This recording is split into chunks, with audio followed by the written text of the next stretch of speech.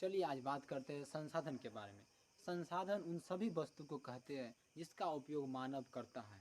यानी दुनिया के वे सभी वस्तु है जिनका उपयोग मानव करता है, वे सभी क्या है? संसाधन है।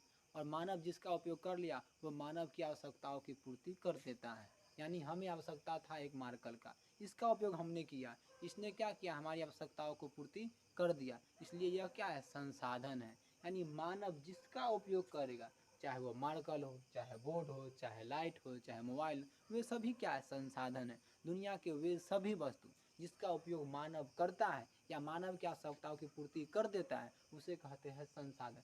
संसाधन को ध्यान से देखिए तो भगवान ने बनाया है, यानी उत्पत्ति किया है। यानी उत्पत्ति के आधार पर इसे हम दो भाग में बांटते हैं, एक और दो।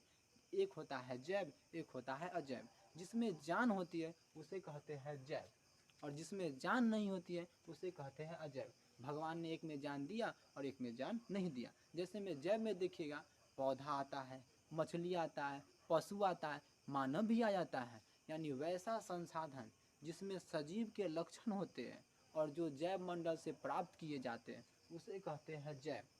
लेकिन अजैव किसे कहते हैं? इसमें केवल निर्जीव वस्तु ही आते हैं। जैसे में कलम हो गया, पत्थर हो गई, चट्टान हो गई, ये सब क्या है? निर्जीव। यानी निर्जीव वस्तुओं के समूह को हम अजैव संसाधन कहते हैं।